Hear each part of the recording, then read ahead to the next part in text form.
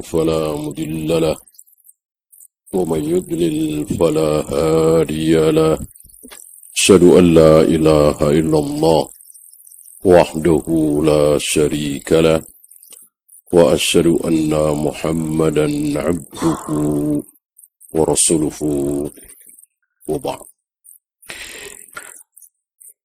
InsyaAllah, jika Allah izinkan, kita akan mulai bahas satu kitab yang ditulis pada tahun 500-an. 541. Oleh seorang ulama yang hampir-hampir tidak ada ulama yang tidak memuji beliau. Namanya adalah, kunyahnya Abu Muhammad, namanya adalah Muwaffaquddin Abdullah bin Qudamah. Terkenal dengan sebutan Ibnu Qudamah. Kitab besar yang beliau tulis adalah Al-Mughni. Satu kitab besar.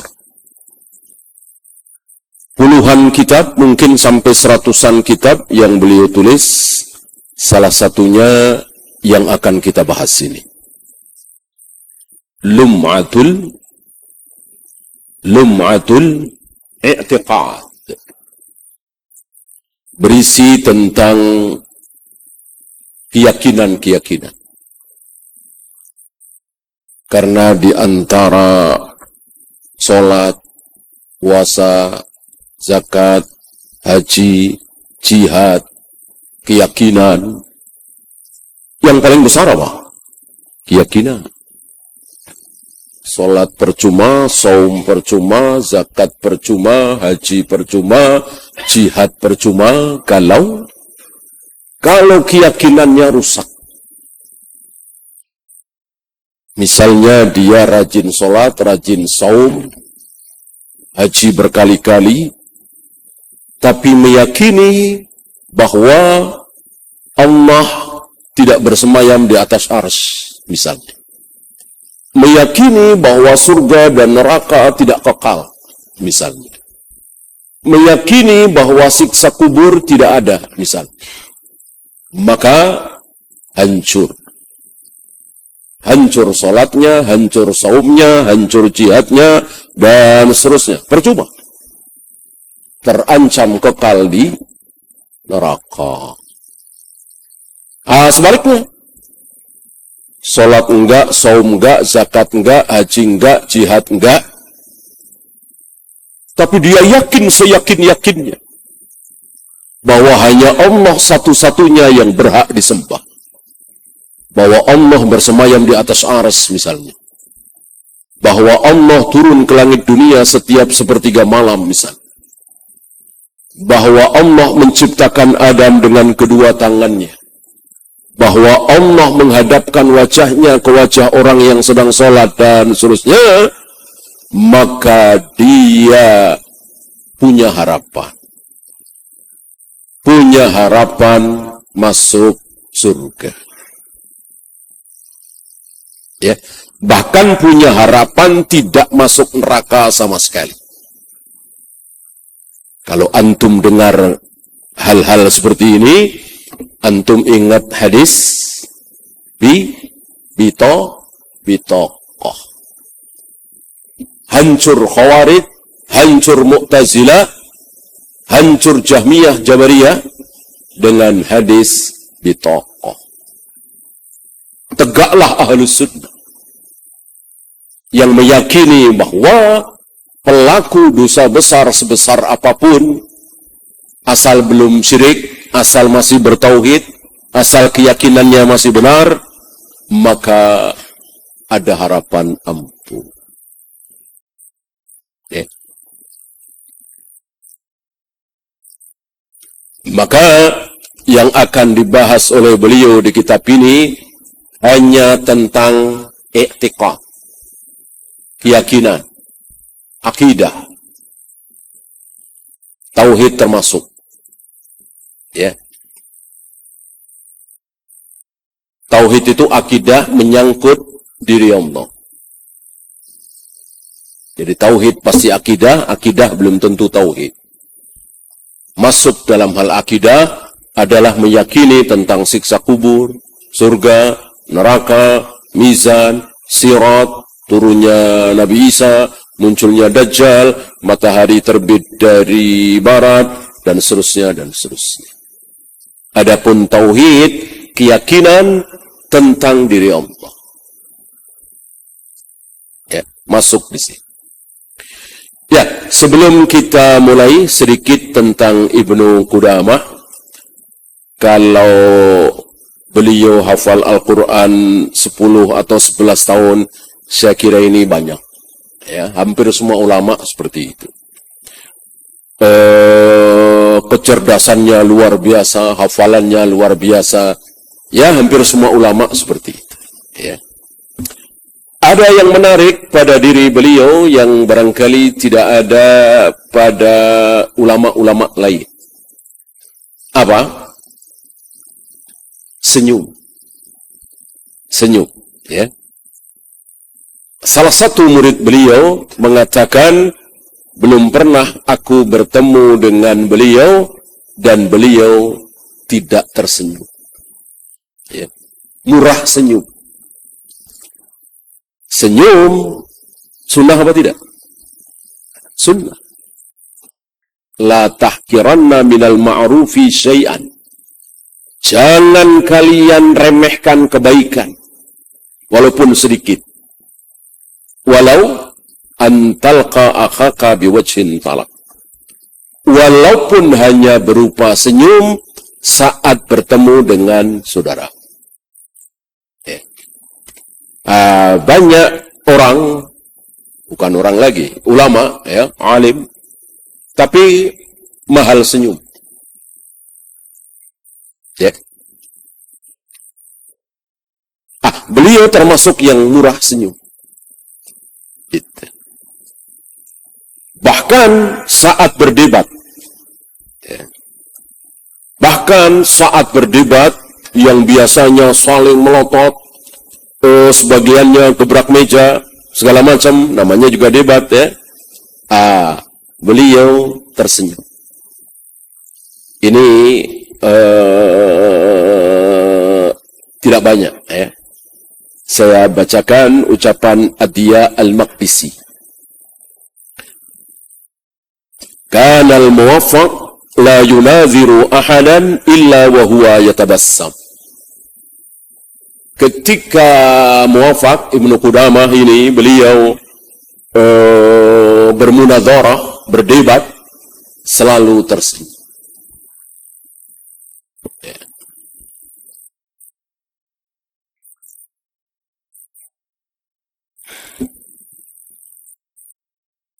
Sementara ini terusannya, ya.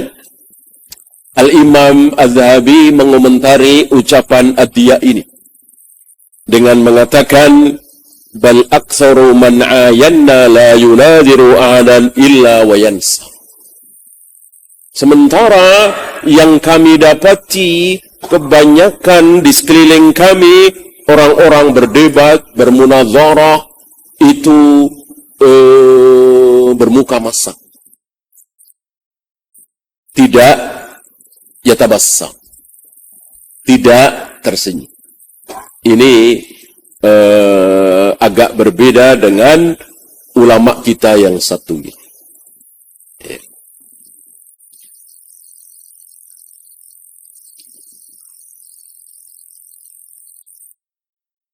Wa kana la yakadu yarahu ahadun illa ahabbahu.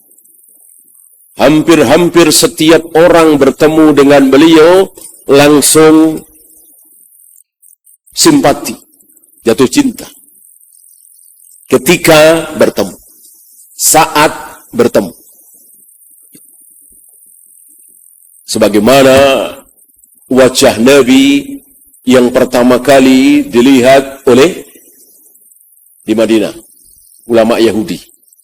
Siapa? Abdullah bin Salam.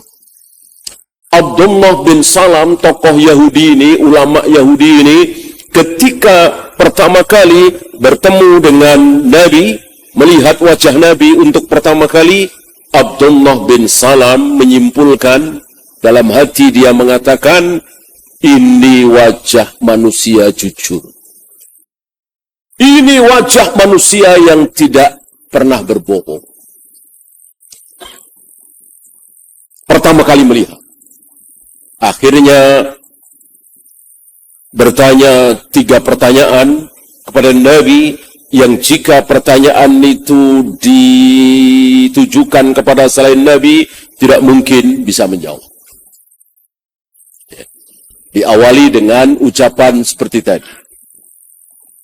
Tolong jawab pertanyaanku, dan tidak mungkin bisa menjawab pertanyaanku ini kalau dia bukan Nabi. Dan dijawab satu persatu, dan benar. Karena memang ngetes. Akhirnya Abdullah bin Salam masuk Islam.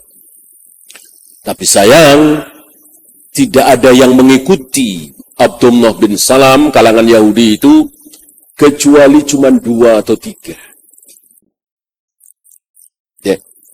Seandainya ada 10 saja, seandainya ada 10 saja ulama Yahudi yang masuk Islam, kata Nabi, maka di muka bumi nggak ada Yahudi lagi. Semuanya akan masuk Islam. Tapi cuman mungkin 2 atau 3 atau 4. Salah satunya yang terkenal adalah Abdullah bin Salam.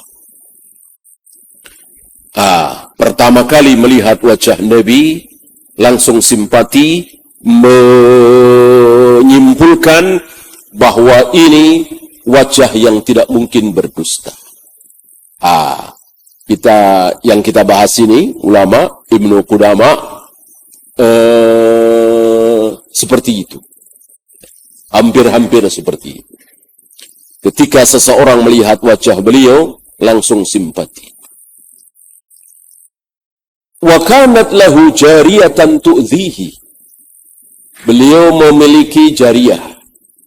Jariyah ini budak perempuan. Hari itu, tahun 500-an, tentu masih ada perbudakan.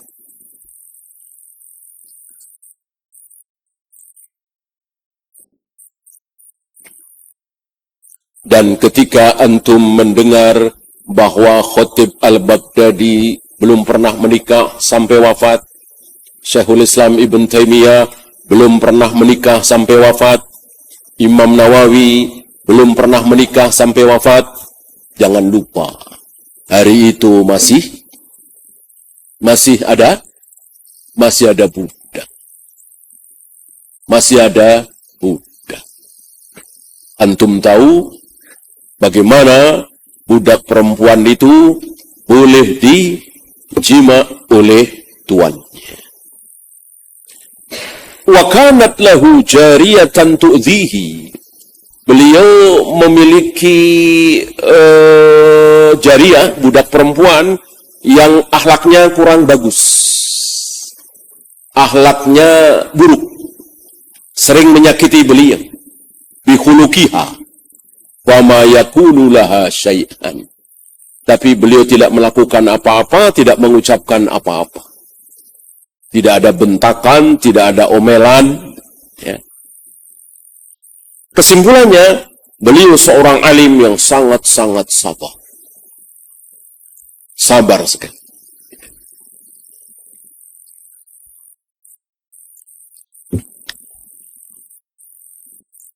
Banyak sekali pujian-pujian para ulama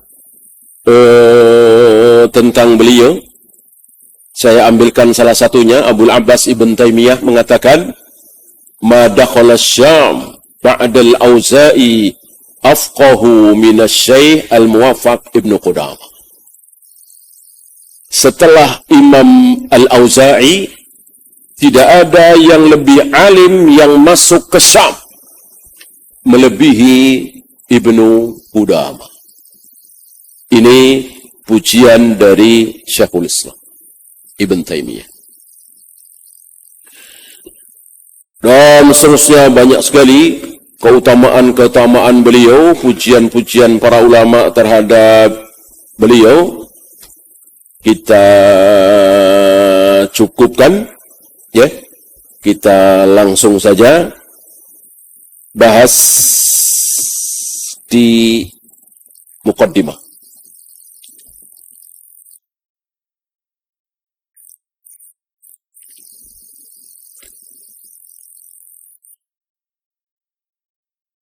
Termasuk ayahnya, guru-gurunya, murid-muridnya ditulis oleh Syekh Fauzan. Ini saya ambil syarahnya dari Syekh Fauzan, ya. Di kitab ini, kitab-kitabnya, ya. Ya, langsung saja kita masuk. Bismillahirrahmanirrahim. Sebagaimana kitab-kitab yang lain, hampir seluruh kitab diawali oleh kalimat Bismillahirrahmanirrahim. Mencontoh Al-Quran. Mencontoh Al-Quran. Kalimat pertama dari Al-Quran adalah Bismillahirrahmanirrahim. Kemudian Alhamdulillahirabbil alamin Ar-Rahmanirrahim terus sampai An-Nas. Bagaimana a'udzubillahi minasyaitonir rajim? Tidak ada. Tidak ada. Ya. Di dalam Al-Quran tidak ada kalimat, tidak ada ayat berbunyi a'udzubillahi minasyaitonir rajim. Kalau perintahnya ada. Wa idza qara'tal Qur'an fasta'id billah minasyaitonir rajim. Itu perintahnya. Adapun kalimatnya a'udzubillahi minasyaitonir rajim tidak ada. Tidak ada. Tidak ada ayat yang berbunyi a'udzubillahi minasyaitonir rajim. Ya. Maka tulisan pertama, kalimat pertama dalam mushaf Al-Quran Bismillahirrahmanirrahim. Adapun setiap kali membaca Al-Quran diawali oleh a'udzubillahi minasyaitonir rajim. Tapi kan nggak ada tulisan. Ya, yang dibahas oleh beliau di sini tulisan. Tulisan pertama dalam Al-Quran adalah Bismillahirrahmanirrahim. Begitu pula seluruh kitab, hampir seluruh kitab di muka bumi ini. Saya tidak tahu, mungkin antum juga tidak tahu, ada sebuah kitab para ulama tentunya, ya, yang tidak diawali oleh Bismillahirrahmanirrahim.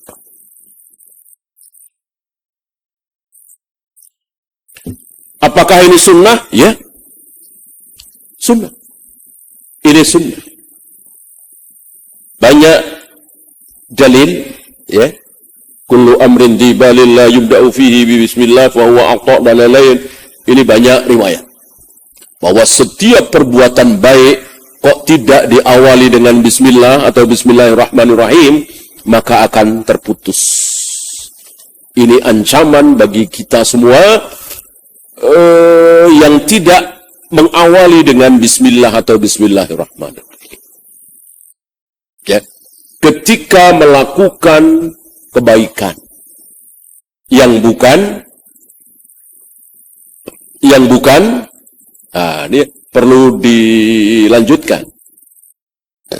Sebab kalau disimpulkan semua perbuatan baik harus diawali dengan Bismillahirrahmanirrahim, maka Bismillahirrahmanirrahim, Allahu Akbar. Sunnah apa bid'ah? Bismillahirrahmanirrahim. Allahu Akbar, Allahu Akbar, Allahu Akbar, azan atau qomat. Bismillahirrahmanirrahim. Allahu Akbar, Allahu Akbar, asyhadu an la ilaha illallah. Sunnah apa bid'ah? Bid'ah apa sunnah? Bid'ah. Bid'ah. Ya? Enggak ada contoh dari Rasul dan para sahabat mengawali sholat dengan bismillahirrahmanirrahim, mengawali azan, mengawali qomat, dan seterusnya. Ya, maka perlu dilanjutkan tadi bahwa seluruh kebaikan diawali dengan bismillahirrahmanirrahim kecuali ibadah mahdoh. Untuk ibadah mahdoh diawali dengan apa? Diawali dengan apa yang dicontohkan oleh Rasul dan para sahabat. Kalau Rasul dan para sahabat mencontohkan dengan bismillah, kita ikuti. Kalau Rasul dan para sahabat tidak mencontohkan dengan bismillah, ya jangan. Apa ibadah mahdoh yang dicontohkan oleh Nabi baca bismillah? Wudu. Ya, tawaddu'u bismillah. Tanpa lafaz Ar-Rahman, tanpa lafaz Ar-Rahim. Maka berwudu dengan bismillahirrahmanirrahim bid'ah. Karena Nabi mencontohkan tawaddu'u bismillah. Berwudu dengan membaca bismillah sambil menyela jari tangan. Ya. Adapun sholat, azan, qomat, tidak ada contoh baca bismillah atau bismillahirrahmanirrahim. Gitu ya. Kecuali yang tidak mahdoh. Kan nanti masih ingat. Ibadah dibagi. Ibadah ada berapa macam? Ada 2. Apa dan apa? Mahdoh dan ghairu mahdoh. Masih ingat yang mahdoh apa? Ibadah mahdoh contohnya? Ya, sholat, wudu, lagi tayamum, azan, qomat, tawaf, sa'i, melempar jumroh, mencium hajar aswad. Ini semua ibadah mahdoh. Coba antum bandingkan dengan ibadah ghairu mahdoh. Apa misalnya? Cari nafkah. Cari nafkah ibadah apa tidak? Jelas. Apa selain cari nafkah? Cari nafkah doang? Ya, belajar, menuntut ilmu. Ini ibadah ghairu mahdoh. 2 doang. Cari nafkah, menuntut ilmu. Apa lagi? Sedekah. Memberi, berderma, sedekah, berbagi. Jelas itu ibadah. Ibadah ghairu mahdoh. Apa lagi? Ya,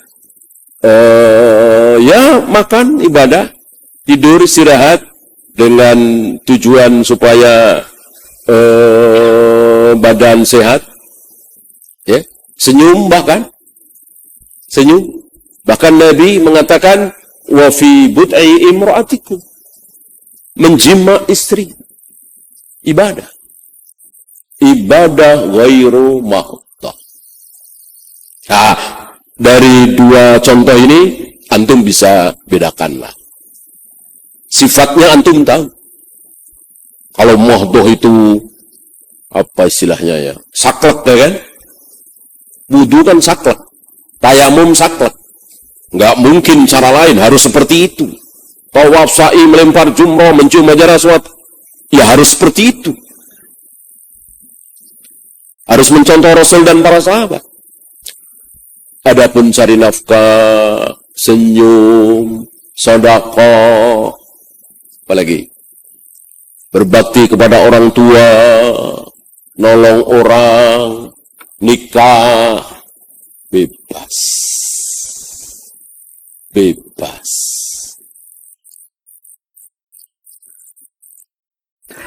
Tidak harus mencontoh Rasul dan para sahabat. Kecuali Rasul bikin aturan. nikah harus begini, cari nafkah tidak boleh begini. Beda dengan wudu, tayamum, adzan, qomat, tawaf, sa'i, gak boleh kita berkreasi. Tidak boleh kita ngarang sendiri. Adapun cari nafkah, sedekah, cari ilmu, boleh ngarang caranya. Ya. Adakah contoh di zaman Nabi cari ilmu harus ada jenjang SD, SMP, SMA? Kan enggak ada. Apa menjadi bid'ah? Tidak. Karena itu cara saja. Ya. Nah, untuk yang ghairu makhdoh ini, dan itu kebaikan, maka baca bismillah. Atau bismillahirrahmanirrahim. Adapun yang Nabi contohkan dengan bismillah tanpa ar-Rahman ar-Rahim, maka kita pun jangan menambah. Ya. Apa yang dibaca oleh Nabi sebelum makan, sebelum minum? Bismillahirrahmanirrahim apa bismillah saja? Bismillah saja. Bolehkah kita menambah? Ya, nggak boleh. Sudah dicontohkan oleh Nabi. Sudah dibatasi oleh Nabi. Dengan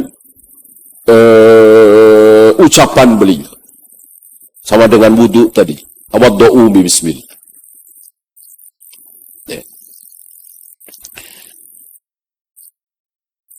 Ya, bismillahirrahmanirrahim tentu lebih baik dari bismillah. Gak bisa. Gak bisa. Ada saudara kita yang berlogika seperti itu. Bismillah bagus. Bismillahirrahmanirrahim lebih bagus lagi. Tidak. Ya. Kecuali yang Nabi tidak contohkan.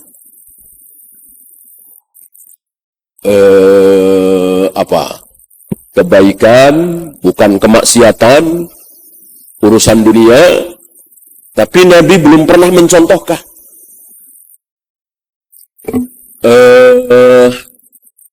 Berangkat ke kantor misalnya. Ngidupin mesin misalnya, ngidupin laptop misalnya, tanda tangan misalnya. Maka ini bismillah boleh, bismillahirrahmanirrahim lebih baik. Adapun yang sudah dicontohkan oleh Nabi alaihi salatu wassalam hanya dengan bismillah, maka tidak boleh ada tambahan. Sebagai pengakuan kita bahwa kita adalah umat beliau, pengikut beliau. Karena ada sebuah contoh lebih baik, tapi Nabi marah. Masih ingat?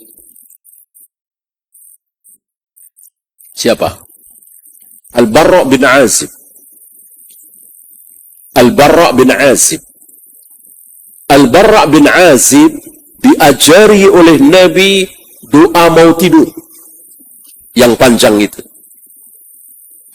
Di doa itu, di kalimat itu ada kalimat amantu binabiyyika alladhi arsalta. Aku beriman dengan Nabi yang engkau utus. Maksudnya Nabi Muhammad sallallahu alaihi wasallam. Oleh Al-Barra' bin Azib, Nabi ini, kalimat Nabi, kata-kata Nabi diganti dengan yang lebih baik. Apa? Rasul. Al-Barra' bin Azib mengganti lafaz Nabi menjadi Rasul. Amantu bi rasulika alladhi arsalta. Aku beriman dengan Rasul yang telah engkau utus. Kalau beliau disebut sebagai Nabi, tidak salah. Memang beliau Nabi.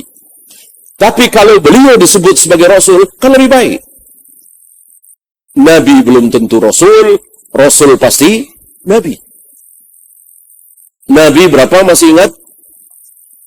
124.000. Rasul cuman 313 kira-kira. Karena semakin mulia, semakin sedikit. Kan gitu.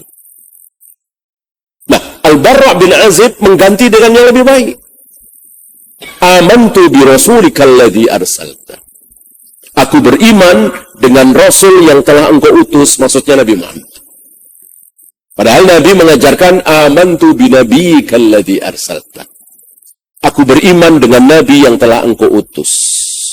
Diganti dengan yang lebih baik, yaitu Rasul. Nabi dengar, Nabi marah.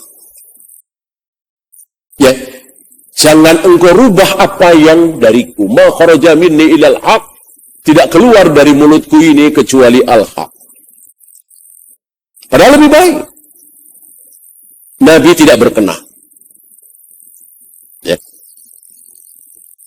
Dengan demikian, maka tidak boleh kita mengatakan ini lebih baik dari yang Nabi contohkan.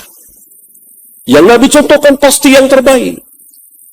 Karena yang paling tahu tentang halal haram, yang paling tahu tentang hak dan batil, yang paling tahu tentang Allah, Nabi SAW. Seandainya mau makan lebih baik baca Bismillahirrahmanirrahim daripada Bismillah, tentu beliau akan contohkan Bismillahirrahmanirrahim. Gitu ya. Ya, sama dengan tawaf, sholat. Mana yang lebih baik? 4 rakaat apa 2 rakaat? Tentu 4 rakaat lebih baik dari 2 rakaat. Tentu 3 rakaat lebih baik dari 2 rakaat. Tentu 5 rakaat lebih baik dari 4 rakaat. Ya.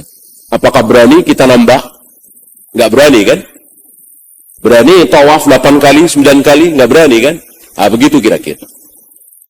Jadi tidak mentang-mentang lebih baik, pasti itu lebih diridhoi oleh Allah. Tidak. Allah punya aturan, Rasulullah yang menyampaikan. Jangan ditambah kalau itu ibadah makhluk.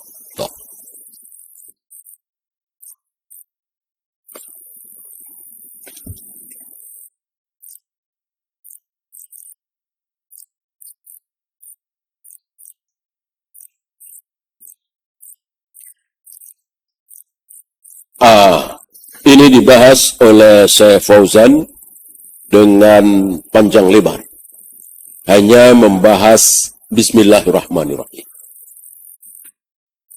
Insyaallah antum tahu, ya minimal maksudlah. Dengan nama Allah yang Ar-Rahman dan Ar-Rahim.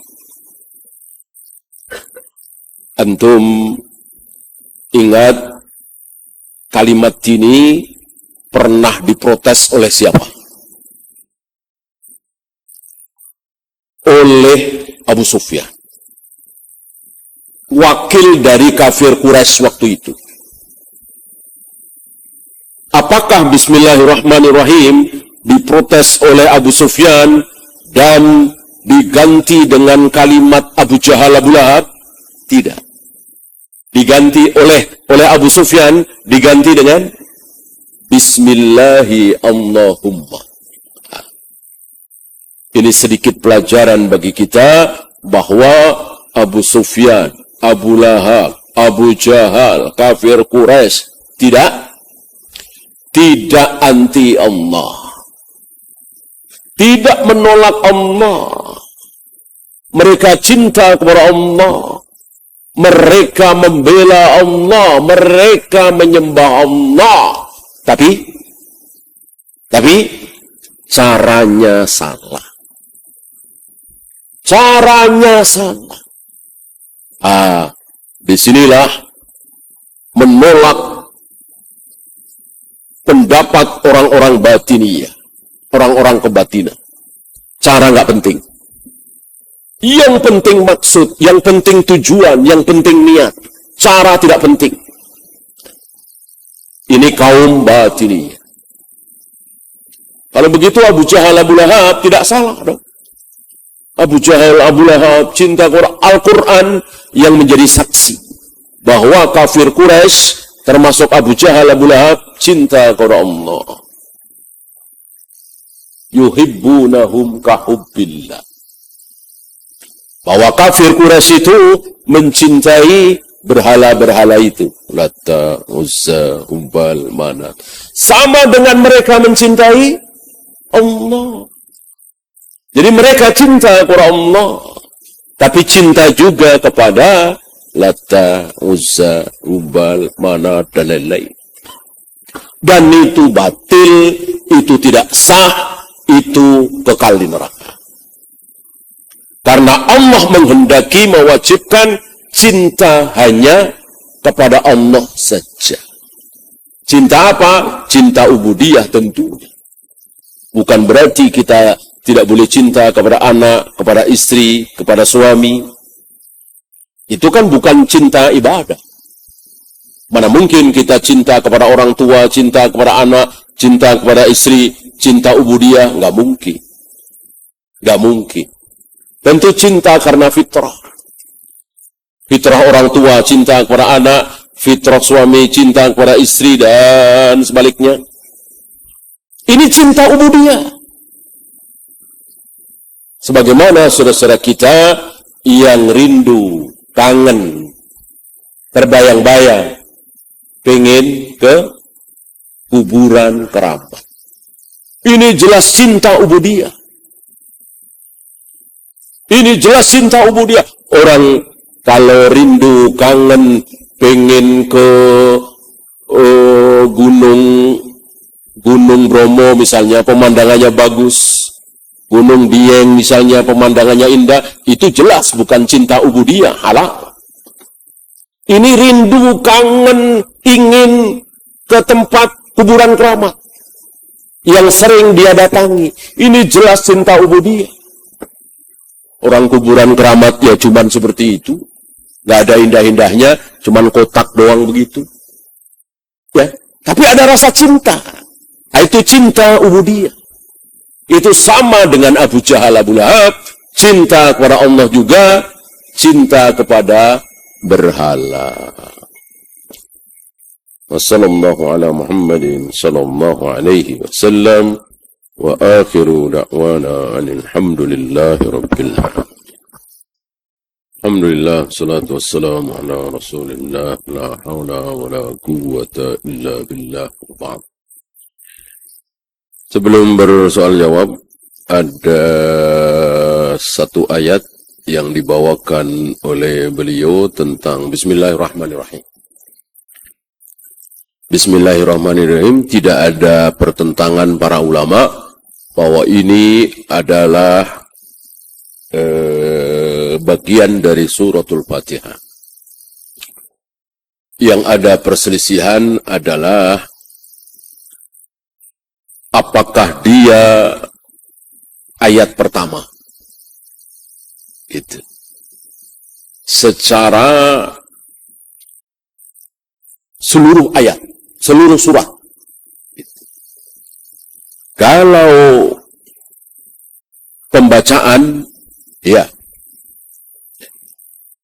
siapapun yang membaca Al-Baqarah dari awal, siapapun yang membaca Ali Imran dari awal, siapapun yang membaca An-Nisa, Al-Ma'idah, dan seterusnya, pasti diawali pertama kali dengan Bismillahirrahmanirrahim. Kecuali At-Taubah atau Al-Bara'ah, maka sebagian ulama mengatakan Al-Anfal dan At-Taubah itu satu surat. Maka tidak dipisah dengan Bismillahirrahmanirrahim. Nah, Al-Fatihah jelas, ya, diawali dengan Bismillahirrahmanirrahim. Nah, yang merupakan ayat tersendiri, baru itu ada di suratun Nahl. Ya, itu ada. Ya, saya bacakan, dibawakan oleh beliau di sini. Panjang kisahnya, diawali oleh marahnya Nabi Sulaiman. Karena seluruh manusia, jin, hewan-hewan berkumpul semua. Kecuali satu burung. Burung Hudhud. Allah memberikan pandangan yang luar biasa di mata Nabi Sulaiman. Padahal kan ribuan, mungkin jutaan. Tidak kelihatan satu, beliau tahu. Tentu Allah yang memberitahu. Marah. Akhirnya sampai pada satu kekagetan beliau.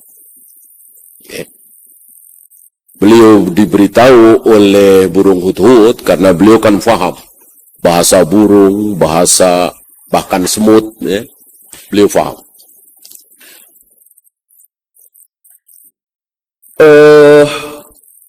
Ada satu negeri apa? Sabah. Yang di situ dipimpin oleh seorang perempuan bernama Bilqis. Melapor. Nabi Sulaiman tidak tahu. Dari sini keluar hukum, dari sini patahlah hujah orang-orang Hizbiyin Harokiyin.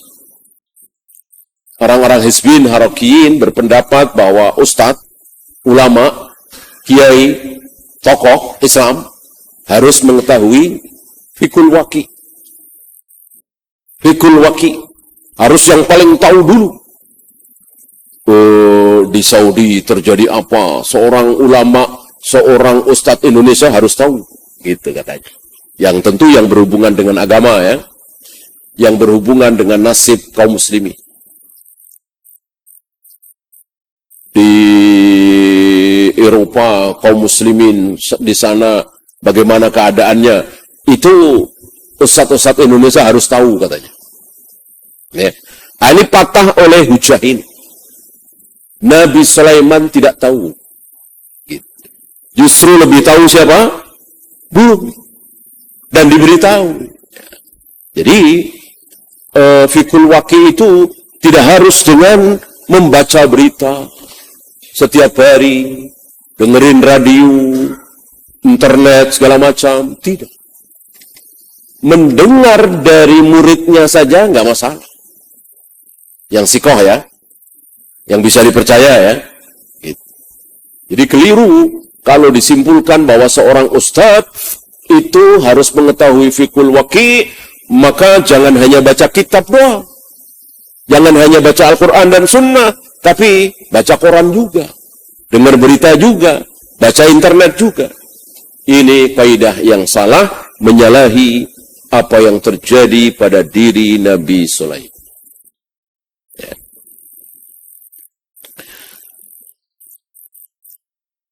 Qalat ya ayyuhal mala'u. Ini beliau bawakan ayat ini untuk membawakan kalimat Bismillahirrahmanirrahim.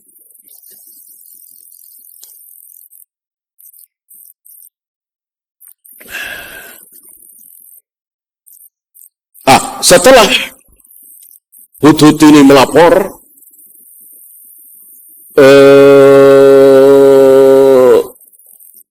Nabi Sulaiman mengirimkan surat. Hudhud diperintahkan oleh beliau untuk membawakan surat itu. Dan dibawalah.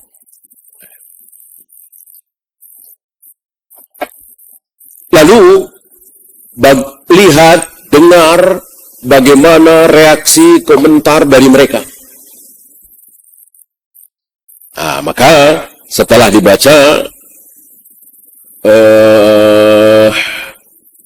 qalat ya ayyuhal mala'u inni ulkiya ilayya kitabun karim.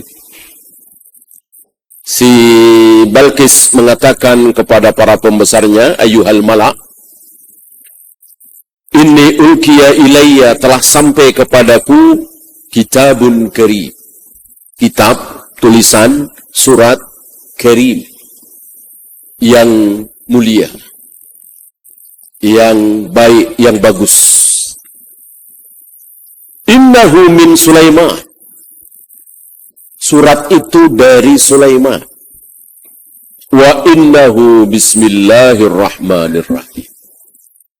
Dan isi surat itu diawali dengan Bismillahirrahmanirrahim. Sebuah kalimat yang belum pernah mereka dengar. Karena mereka jelas musyrik semua. Tidak menyembah Allah. Kalau Abu Jahal, Abu Lahab kan masih mending. Melihat menyembah Allah. Tapi menyembah Lata, Uzza, Hubal, Manat juga. Kalau ini tidak.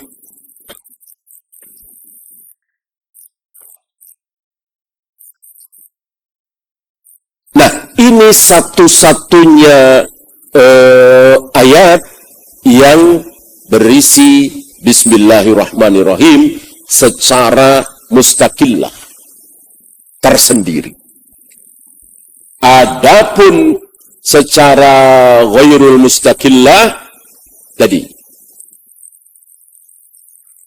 seolah ayat pertama Al-Baqarah itu Bismillahirrahmanirrahim, Ali Imran Bismillahirrahmanirrahim, An-Nisa Bismillahirrahmanirrahim, dan seterusnya.